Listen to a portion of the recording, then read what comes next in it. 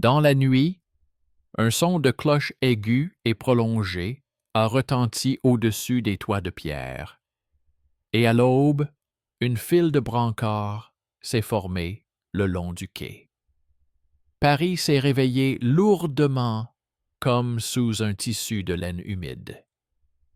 À la porte de l'Hôtel-Dieu se tenait une jeune fille vêtue d'une robe grise de béguine, avec un chapelet autour du cou et de simples mitaines aux mains.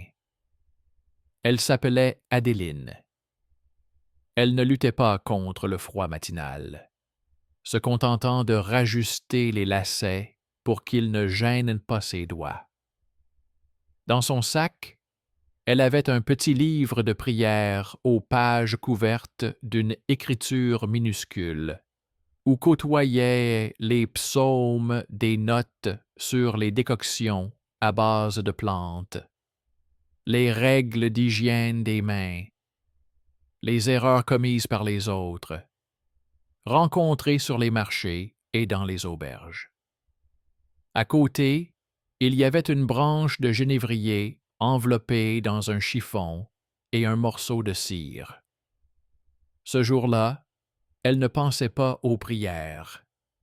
Elle vérifiait si elle avait assez d'eau vinaigrée et comment persuader le réceptionniste de l'infirmerie de la laisser nettoyer le banc près de la salle.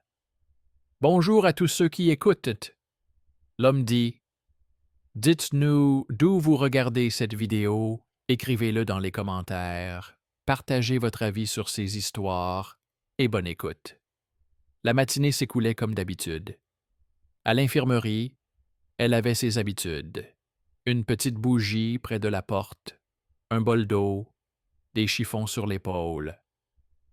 Elle vérifiait que les nouveaux arrivants n'étaient pas couchés à côté de ceux qui toussaient. Elle humait les odeurs et devinait à partir de celles-ci de quoi souffrait chaque malade.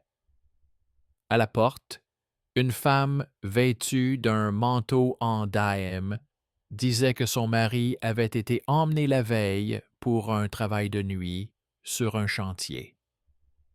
La femme craignait la peste venue du nord. Son cousin lui avait écrit que dans les Flandres, on installait des cordons dans les villages et qu'on ne laissait pas sortir les gens de ces endroits.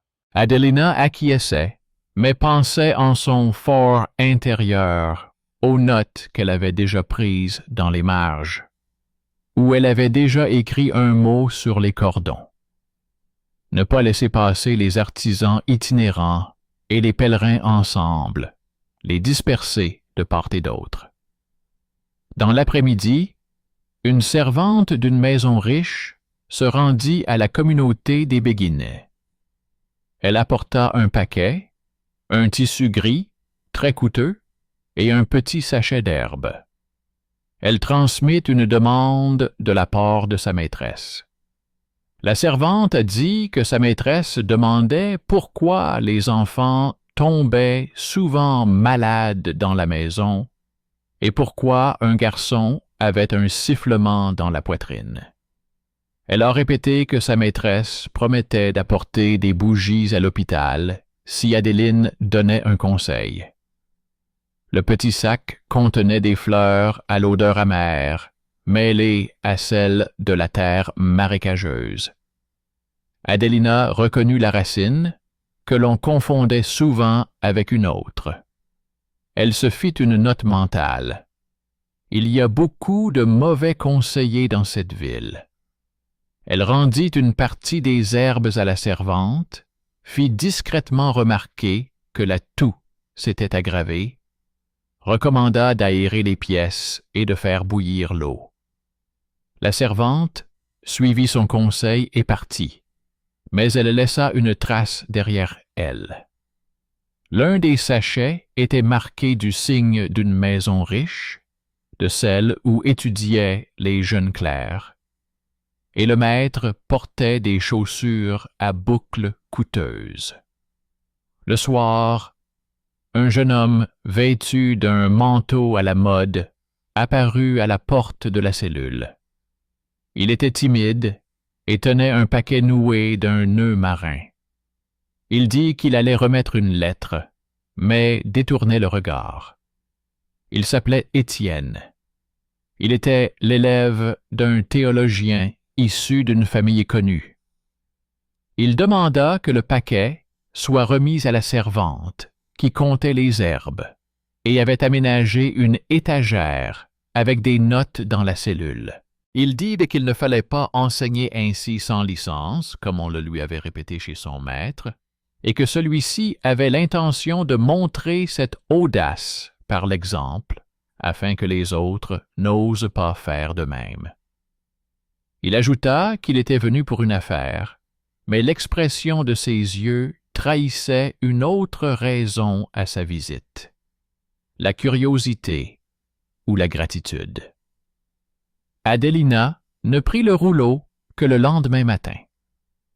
À l'intérieur se trouvait un parchemin avec un psaume et une note indiquant que de telles notes prises sur le terrain nuisaient aux âmes et que la ville devait y mettre un terme. L'affaire ressemblait à un mélodrame, où une pauvre fille avait croisé le chemin de gens importants. Les voisines de la communauté, autour d'une tasse de thé, pensaient que l'affaire se réglerait par une simple mise en garde. Cependant, le cercle restreint de la Sorbonne était déjà en effervescence. Robert de Saint-Cor, fils d'une famille qui vendait des tissus et des fils précieux, y enseignait la théologie et aimait l'ordre autant que le velours bleu qui recouvrait les bancs. Il avait l'intention d'organiser une audience exemplaire. Qui était cette fugitive pour conseiller des remèdes et garder des notes à côté de ses prières? Pour lui, c'était une question de principe. Il disait dans les maisons que la ville était devenue trop bruyante, trop audacieuse, et que ces femmes lisaient trop. Il promettait de montrer, à l'aide d'un exemple simple, comment l'ordre sauve les âmes. La semaine suivante, un héros apparut à la porte de la communauté. Il lut que la béguine Adeline était convoquée à une audience devant les magistrats de la Sorbonne. La foule s'anima. Certains attendaient le spectacle, d'autres craignaient que cela n'affecte l'hôpital. Au marché, des rumeurs circulaient selon lesquelles les béguines mélangeaient les prières avec des livres interdits. Certains murmuraient que dans les marges de son livre de prières, elle avait non seulement des herbes, mais aussi des mots en latin écrits sans faute, ce qui était un savoir capricieux, accessible à tous. C'est sur ce terrain que les graines de l'irritation des autres ont germé. Dans les tavernes exiguës, on débattait pour savoir si les femmes pouvaient enseigner aux autres. Cette même nuit, Adeline était assise dans sa cellule à la lueur d'une bougie. Elle feuilletait ses vieilles notes. Dans la marge, à côté d'un psaume sur la miséricorde, il y avait des lignes sur la façon dont, à Gand, on avait un jour fermé les ponts et réparti les malades dans les cours. Et après cela, il y avait eu moins de rôles.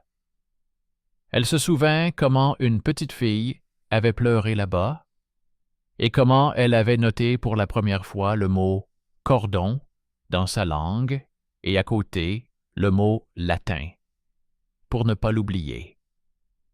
Près de ce mot, il restait un petit morceau de cire, comme un seau que personne n'avait touché.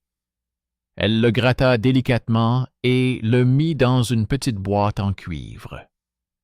Elle pensa alors que l'audience pourrait ne pas se terminer par une simple réprimande. À une époque où les menottes semblaient normales, le pilori était une punition courante pour ceux qui contestaient. Le lendemain matin, les étudiants vinrent la chercher. Ils la regardaient avec curiosité, comme un oiseau rare.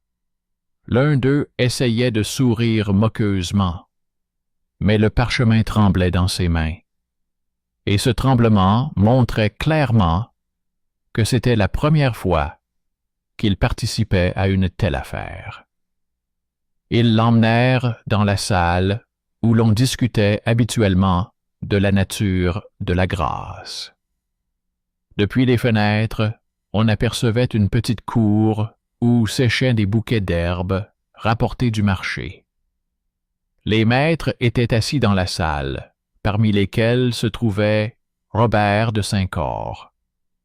Il regardait fixement, comme s'il cherchait un fil qui s'était détaché du tissu sur une robe neuve. Adeline, par respect pour le lieu, s'inclina et recouvrit son livre de prière d'un tissu gris, comme on recouvre quelque chose d'important et de simple.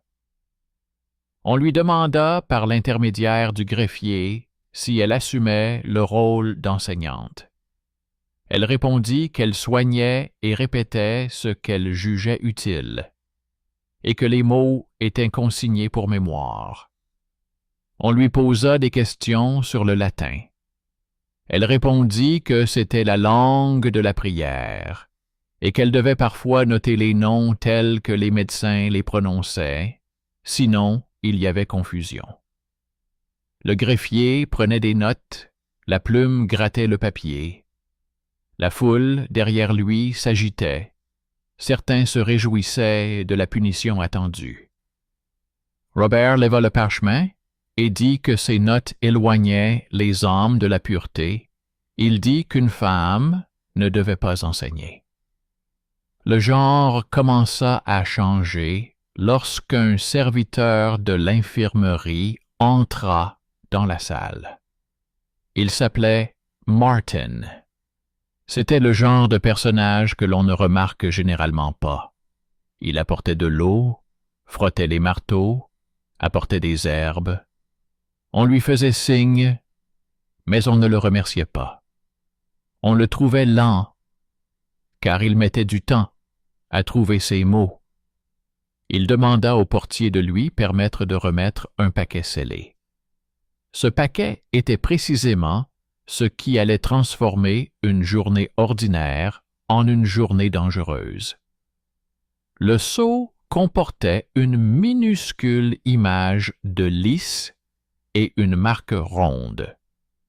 Il s'agissait d'un paquet contenant un ordre provenant d'une certaine maison. Le relieur qui avait livré le paquet affirmait l'avoir remis à la mauvaise adresse. Mais un deuxième paquet, plus petit, était attaché au premier avec un fil bleu d'une pureté inhabituelle. À l'intérieur se trouvaient des poudres multicolores. Des rumeurs se répandirent instantanément dans la salle.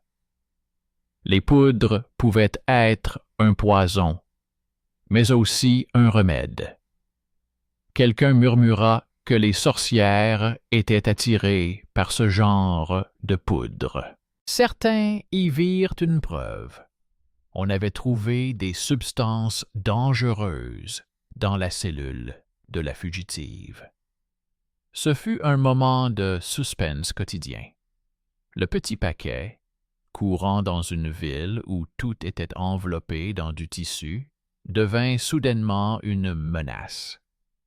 Adelina demanda la permission d'ouvrir le petit paquet sur place et d'expliquer. On le lui accorda. Elle versa délicatement une pincée de poudre sur un morceau de tissu humide, la renifla, la mélangea avec du vinaigre et observa comment la poudre dégageait une odeur âcre. Elle expliqua qu'il s'agissait de pierre ponce moulue avec de la sauge, utilisée pour nettoyer les excroissances et éliminer les odeurs de pourriture. Elle expliqua que les poudres étaient souvent confiées à des gens simples pour les transporter, afin de ne pas attirer l'attention des voleurs. Martin confirma qu'il avait séché ces poudres avec elle près du poêle lorsque les blessés avaient été amenés. Robert pinça les lèvres, mais retira sa main de la table, comme s'il s'était calmé. Quelqu'un dans la foule a gloussé doucement. La raison revenait. Le premier revirement avait été préparé à l'avance et prenait maintenant forme. Lorsque les magistrats lui demandèrent de citer ses sources de connaissances, Adeline ouvrit son livre de prières. Dans les marges, à côté des psaumes écrits en caractères lisibles, figuraient des mots latins sans aucune erreur, et dans les lignes apparaissaient les noms des lieux où elle s'était rendue. Gand, Tournai, Brûle. Elle montra une note sur les cordons en Flandre. Ne pas mélanger les transporteurs et les apprentis. Laisser des intervalles. Faire bouillir de l'eau. Brûler de la paille. Changer de vêtements à la porte. Elle expliqua comment elle avait vu que cela aidait. Les magistères échangèrent des regards. Ce qui était surprenant, c'était qu'une personne sans statut, venue d'en bas, démontrait calmement des connaissances que tous dans la salle ne possédaient pas. L'un des jeunes hommes près du mur, Étienne, serra le parchemin contre sa poitrine. Il se souvenait avoir récemment lu des traités la nuit, sans en comprendre la moitié, alors qu'ici, dans les marges du livre de prière, tout était simple et précis. Mais le deuxième rebondissement était proche. Robert de Saint-Cor ordonna d'appeler les témoins. La liste comportait un nom que personne n'avait jusqu'alors associé à la pauvre Bégine. Il s'agissait du médecin de la ville, qui se rendait sur appel dans les maisons de la noblesse. On voyait parfois son visage dans les couloirs de l'hôpital, mais il portait toujours une capuche et avait le regard rapide, comme quelqu'un qui est toujours pressé. Il n'entra pas tout de suite.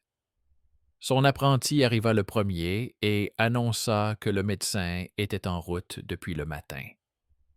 Puis, il y eut un bruissement à la porte. Un homme d'âge moyen entra, vêtu d'une simple cape sombre, mais avec une démarche difficile à dissimuler.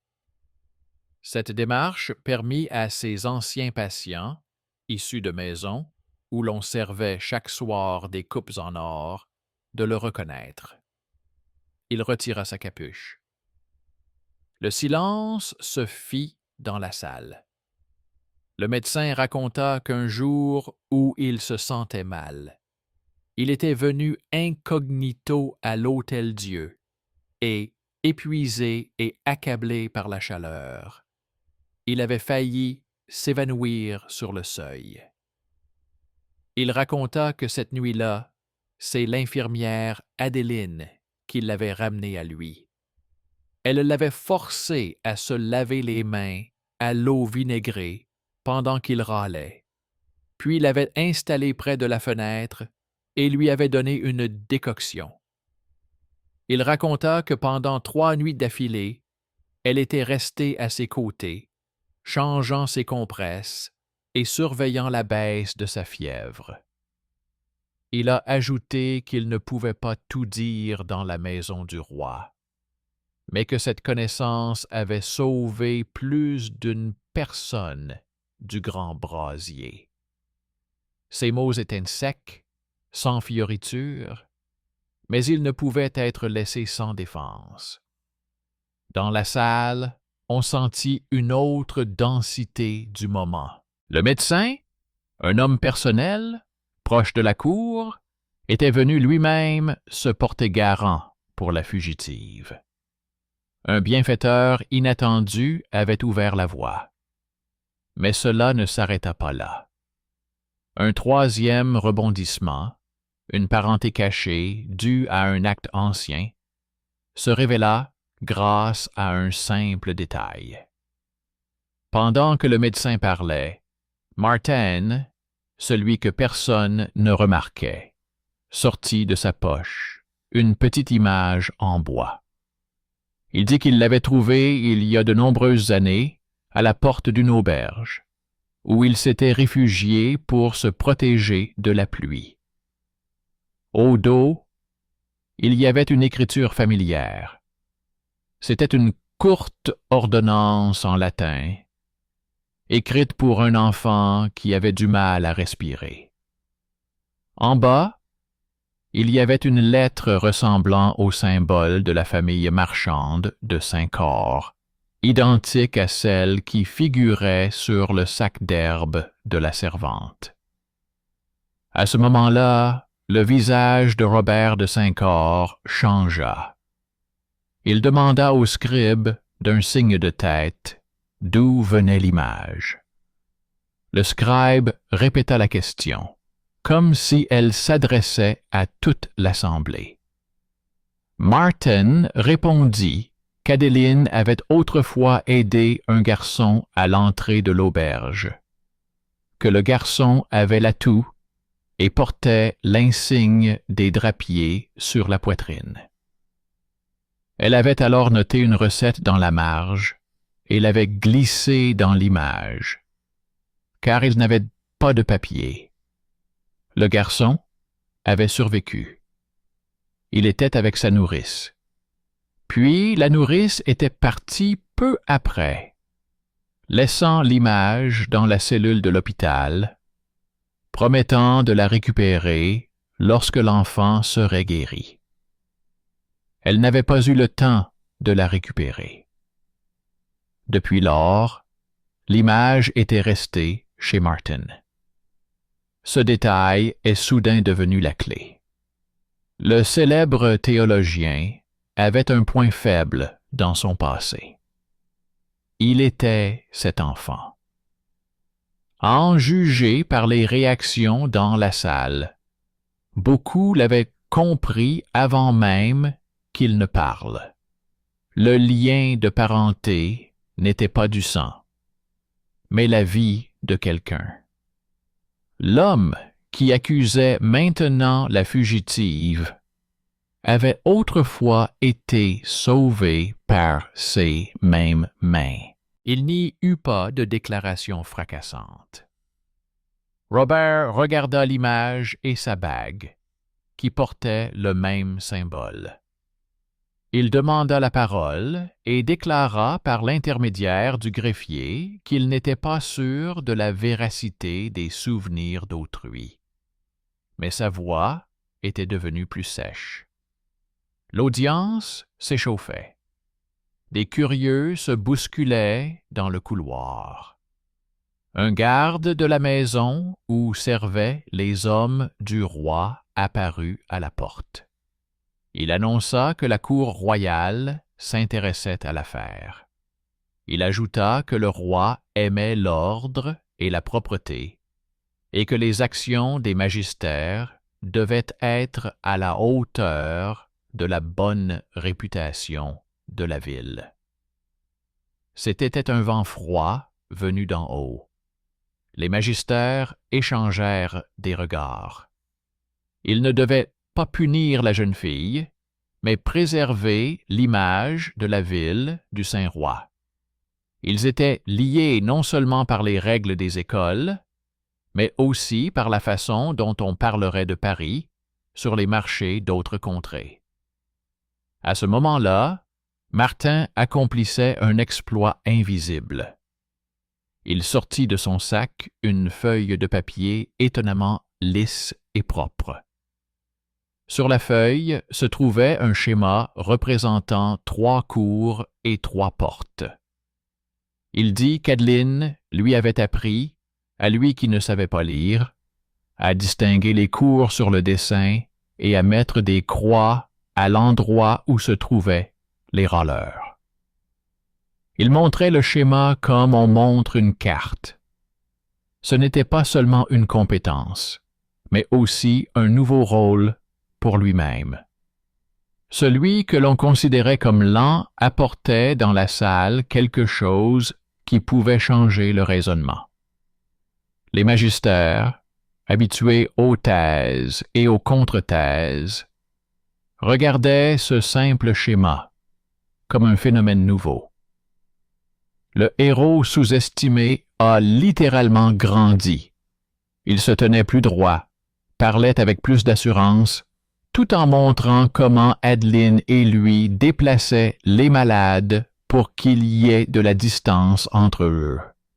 La foule, habituée à murmurer sur la stupidité des brancardiers, a cessé de sourire. Au milieu de la journée, les rumeurs se répandaient, mais les faits se mettaient en place. Étienne, étudiant en théologie, s'était frayé un chemin jusqu'au gardien et lui avait demandé de transmettre qu'il avait une note. Il semblait coupable, mais se tenait droit. Il a dit avoir trouvé chez son mentor un morceau de parchemin avec le plan d'une punition exemplaire. Pilori près du marché, lecture du décret interdisant aux femmes d'enseigner, appel à la foule. Le parchemin est conservé par le portier, car celui-ci aime les plans clairs. Cela signifie que l'affaire n'était pas un simple élan de pitié ou de colère, mais une mise en scène calculée. Les paroles d'Étienne tombaient comme des pierres dans l'eau.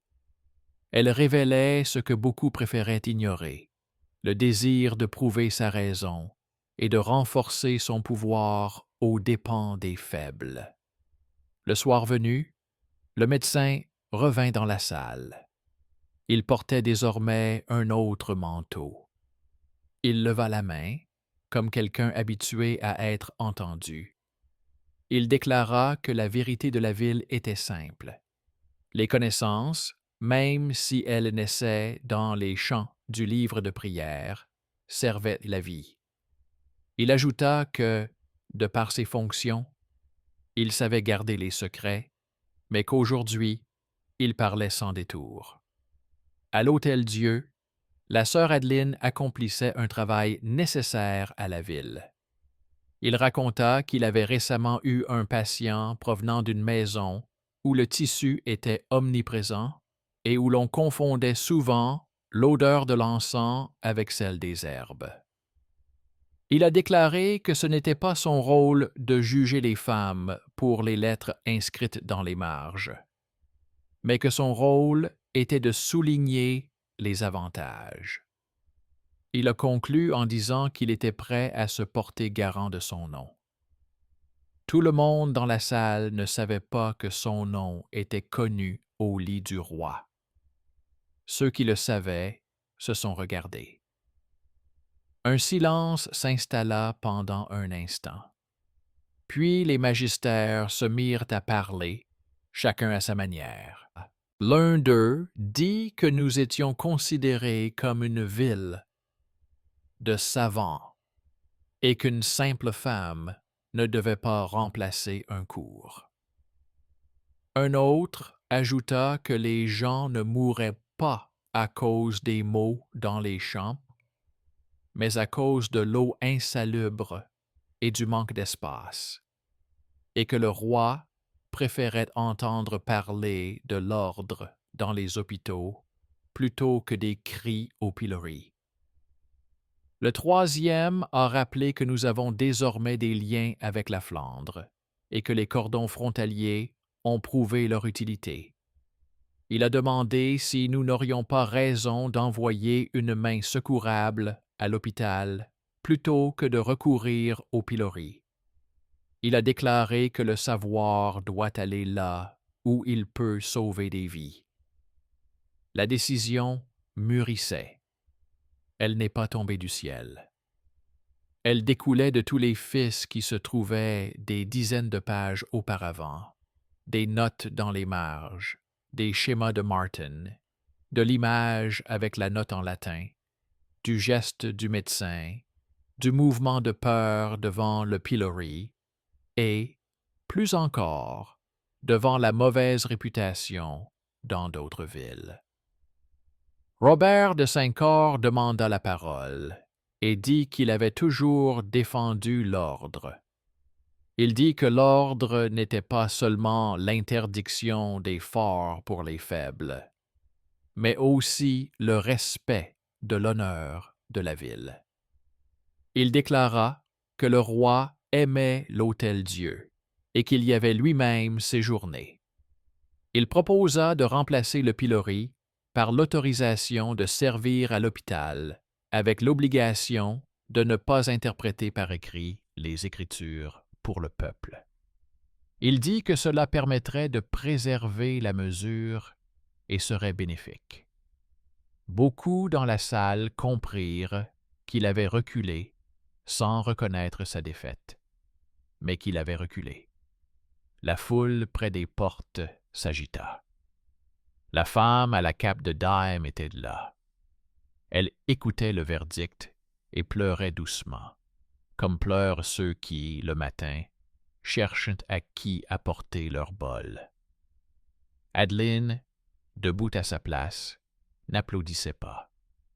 Elle se contentait de plier les doigts dans ses gants pour qu'ils ne tremblent pas. On la regardait comme quelqu'un qui avait traversé le feu, alors que tout autour, la salle était en pierre et le sol refroidissait les pieds. Son livre de prières aux marges larges était posé devant elle, recouvert d'un tissu gris, comme un panier de pain que l'on garde pour le dîner. 2 semaines plus tard, la ville vivait comme avant, mais à un rythme différent. Dans l'infirmerie, 2 nouveaux schémas dessinés à la main par Martin étaient accrochés au mur, accompagnés de flèches en bois, pour que les yeux voyants connaissent l'ordre des choses. Sur les marchés, on ne parlait pas du pilori, mais du fait que l'infirmerie disposait désormais de plus d'eau vinaigrée, car une maison, craignant la peste, avait fait don d'un tonneau. Des femmes venaient à la communauté des Béguines et apportaient des chiffons propres. La servante de la dame, qui avait demandé conseil, apporta des bougies, comme promis, et ajouta discrètement que le garçon n'avait plus de sifflement dans la poitrine, car les fenêtres étaient ouvertes plus souvent. Depuis lors, un nouveau signe apparut dans le livre de prière d'Adeline. Un petit trait à côté du mot « aération ».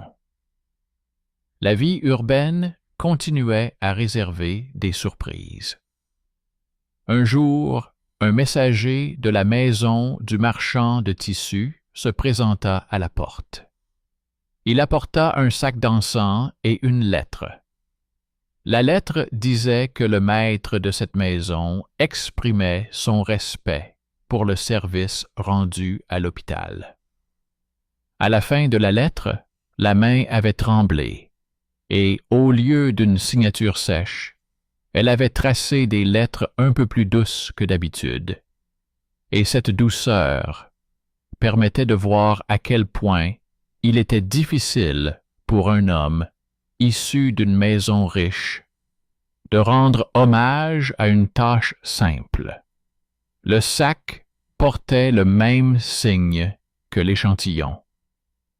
Adeline, dans sa simplicité, accrocha le sac près de la porte afin de garder l'encens à l'écart des herbes, et se demanda si ses connaissances n'étaient pas désormais trop proches des maisons où l'on aime le pouvoir. Étienne, quant à lui, se rendait plus souvent à l'infirmerie, comme s'il passait par là. il apportait des parchemins aux marges soignées. Il se mit à recopier proprement les petites choses qui étaient utiles aux gens simples. Comment conserver l'eau, comment sécher les chiffons, comment aérer. Il n'écrivait pas sur les Saintes Écritures. Il faisait ce qu'il considérait auparavant comme indigne de lui. C'était un changement, et cela ne lui était pas facile. Un jour, il dit au maître supérieur qu'il avait eu tort au sujet de la punition exemplaire, et il s'engagea à aider à la porte pendant 3 semaines. Il le dit avec les mots d'autrui, non pas comme une confession, mais comme un devoir. C'était plus honnête. Une nouvelle dispute éclata à la périphérie de la ville. Les marchands qui revenaient de Flandre racontaient que là-bas, les cordons étaient laissés vides, même pendant les jours fériés, et que cela aidait. L'un d'eux raconta qu'à Tournai, il y avait eu une nuit où les voyageurs n'avaient pas été autorisés à traverser le pont. Il en parlait avec fierté, comme s'il s'agissait d'une bataille. Les rumeurs parvinrent jusqu'à la Sorbonne. Les magistères commencèrent à murmurer qu'il faudrait consigner les règles sans nommer l'auteur, car le nom d'une femme dans les marges pourrait à nouveau irriter certains. Cette prudence était amère pour Adeline, mais elle comprenait les règles de la ville. Elle filtra la décoction et dessina une flèche vers la porte sur un bout de papier. À l'Hôtel-Dieu, elle s'habitua à ses nouvelles responsabilités. On lui donna le droit de disposer d'une chambre et de fixer l'ordre des soins. Elle répartit les gens en rangées, de manière à pouvoir passer entre elles avec un bol. Elle leur demandait de ne pas s'asseoir les uns sur les autres, d'ouvrir la fenêtre lorsqu'il n'y avait pas de courant d'air. On l'écoutait davantage, non pas par crainte, mais parce qu'on savait qu'elle avait déjà frôlé le pilori et qu'elle était restée debout. Elle avait beaucoup appris lors de cette audience. Elle établit un emploi du temps serré avec 2 heures de repos. Elle comprenait que le savoir devait profiter à ceux qui étaient alités. Le plus discret et le plus important était que Martin avait appris à noter des croix non seulement sur les schémas. Il avait commencé à apposer de petits signes sur les portes des maisons où il entrait pour y revenir le lendemain. Il ne considérait pas cela comme un apprentissage. Il faisait simplement ce qu'on lui avait montré. Il était heureux de sa nouvelle rapidité. Parfois, il souriait quand il n'y avait personne et s'assurait que le papier dans sa poche était sec. Sa vie était devenue importante à ses propres yeux. C'était cette justice intérieure qui rend l'homme plus droit. Robert de Saint-Cor, de retour à ses cours, parla longuement d'obéissance et d'ordre. Il ne se rendit pas au marché pour expliquer sa décision. Il resta chez lui, dans sa maison. Mais la nuit, ses voisins venaient se plaindre de sa toux. Il fermait la fenêtre et ne pensait pas seulement au péché. Il se souvenait de l'image de son enfance, celle que Martin tenait. Il se souvenait comment il respirait tant bien que mal dans le vent près de l'autel, et comment quelqu'un, avec ses mains chaudes, accomplissait une tâche simple. Ses souvenirs ne le quittaient pas facilement. Parfois, il ouvrait le tiroir et regardait sa bague portant le même symbole, et il était inquiet d'avoir grandi là où il avait pris l'habitude de juger, et d'où l'on voit différemment ceux qui sont en bas. Il n'en tirait pas de conclusions qui pourraient être consignées dans un traité. Il se contentait de se laver les mains plus souvent. Pour lui, c'était déjà beaucoup. Le médecin de la cour rendait visite à l'infirmerie sans capuche. Il était désormais plus à l'aise dans le couloir, où l'on connaissait son visage. Il apportait de petits couteaux et des flacons en verre. Il disait que sans ces objets, c'était difficile. Il racontait que le roi aimait que les maisons soient propres et que l'infirmerie soit en ordre. Il ne donnait pas d'ordre, n'exerçait aucune pression. Il était un témoin qui ne se cachait plus. Sa présence protégeait sans parole. Il disait aux scribes qu'il était utile de décrire non seulement les maladies graves, mais aussi les petites habitudes des gens, car elles influençaient le résultat. Il considérait les pages du livre de prière comme un nouveau type de carnet de notes. Il n'y écrivait pas lui-même, mais n'interdisait pas aux autres de le faire. Dans la ville, on parlait moins des poteaux de la honte et davantage des seaux d'eau vinaigrés. Sur les marchés, on ne se moquait plus des sachets d'herbe que portaient les gens simples. Les charpentiers ont commencé à assembler des bancs espacés les uns des autres, comme sur les dessins représentant les infirmeries. Les enfants ont cessé de mettre des morceaux d'encens dans leur bouche, car on leur a expliqué que c'était pour sentir et non pour manger. De simples changements ont conduit à une tranquillité qui faisait défaut auparavant. Un jour de pluie, la femme à la cape en daim réapparut à la porte. Elle dit qu'elle voulait rendre une chose. C'était cette image. Elle dit que sa cousine avait retrouvé la nourrice qui l'avait abandonnée autrefois et que tout s'était arrangé. Elle demanda que l'image reste à l'hôpital, comme un signe. Adelina le prit, l'essuya avec un chiffon et l'accrocha à la porte. Depuis lors, les gens qui passaient devant le touchaient du doigt. Ils n'en faisaient pas un culte. Ils se souvenaient simplement qu'un jour, un mot glissé dans l'image avait aidé un enfant.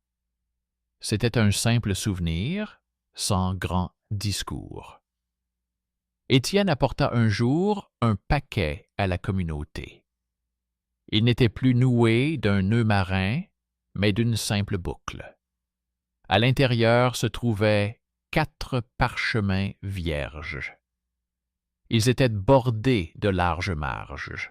Il a dit en s'inclinant qu'il apporterait désormais régulièrement de telles feuilles vierges, afin que l'on puisse y noter des schémas et des règles pour les profanes. Il a précisé que cela se ferait sans mentionner les auteurs. Il l'a dit comme quelqu'un qui a trouvé sa place dans la chaîne, là où il est utile. Il ne s'attendait plus à jouer un rôle de leader. Il a accepté celui de médiateur. Pour lui, c'était un nouveau départ. Tout cela n'a pas transformé la ville en paradis. Les gens continuaient à être envieux, à se tromper, à colporter des rumeurs. Mais le coup a été porté là où il fallait, dans les habitudes, là où auparavant on recherchait le spectacle et le pilori, on prit l'habitude de discuter des avantages. Là où auparavant on injuriait les femmes pour des lettres, il y avait désormais un respect silencieux pour les bols propres. Là où auparavant on considérait Martin comme un bon à rien, on le cherchait désormais du regard lorsqu'on avait besoin d'un plan. Les gens ne remarquent souvent pas comment les changements s'installent chez eux. Ils cessent simplement de tousser la nuit, et cela suffit. Un soir, tard, un inconnu vêtu d'un vieux manteau apparut à la porte. Il demanda au gardien où se trouvait la jeune fille qui écrivait dans les marges. Il dit qu'il venait de loin et qu'il avait entendu dire qu'ils avaient un ordre qui aidait à vivre. Il souhaitait le voir. On le conduisit dans le couloir. Il resta un moment devant l'image, puis se dirigea vers la fenêtre. Il vit un livre de prières sur la table et, dans les marges, des mots sans fioriture. Il dit que les lois devaient tenir compte des gens, et pas seulement des tables de discussion. C'était le même médecin, mais sans sa suite. Il parlait sans importance, et ses mots n'en étaient que plus forts. La justice dans cette affaire n'est pas venue comme un miracle. Elle a été rendue par des hommes.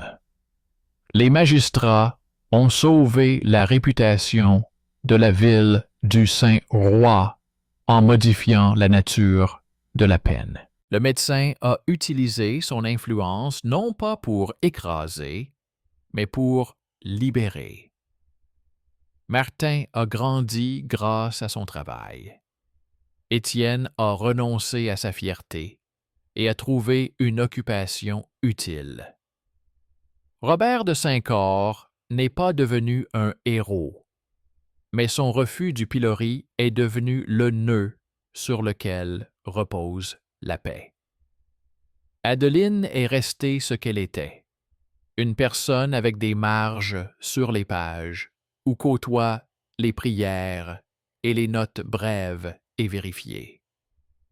C'est là que se sont rencontrés la province et l'université, des choses simples et des mots en latin, la précision sans grande pompe et des règles qui fonctionnent non pas dans les traités, mais dans les chambres. La ville continuait à vivre. Les cloches sonnaient le matin. Les brancards se dirigeaient vers l'Hôtel-Dieu. Et leur rythme était déjà moins paniqué. La nuit, un signal aigu et prolongé retentissait parfois à nouveau. Les gens se réveillaient, s'approchaient des fenêtres et écoutaient. Ils savaient qu'une jeune fille en robe grise se tenait à la porte de l'hôpital et que quelqu'un à côté d'elle tenait une feuille blanche avec des marges. Ils savaient que ces marges seraient remplies de mots qui sauvent sans bruit. Cette connaissance ne brûlait pas comme un feu de joie. Elle couvait en eux, comme la chaleur sous une plaque de cuisson, et réchauffait les mains de ceux qui venaient se blottir près du feu. La clarté finale ne résidait pas dans les mots, mais dans le fait que chacun avait fait son choix. Les juges avaient choisi de préserver leur honneur et de laisser travailler. Le médecin avait choisi de s'ouvrir. L'assistant avait choisi de ne pas avoir honte de son travail. L'élève avait choisi de mettre son orgueil de côté. Le dénouement fut aussi silencieux que le bruit de l'eau dans un bol. Mais c'est précisément lui qui a fait tomber les masques et laissé les gens face à la réalité.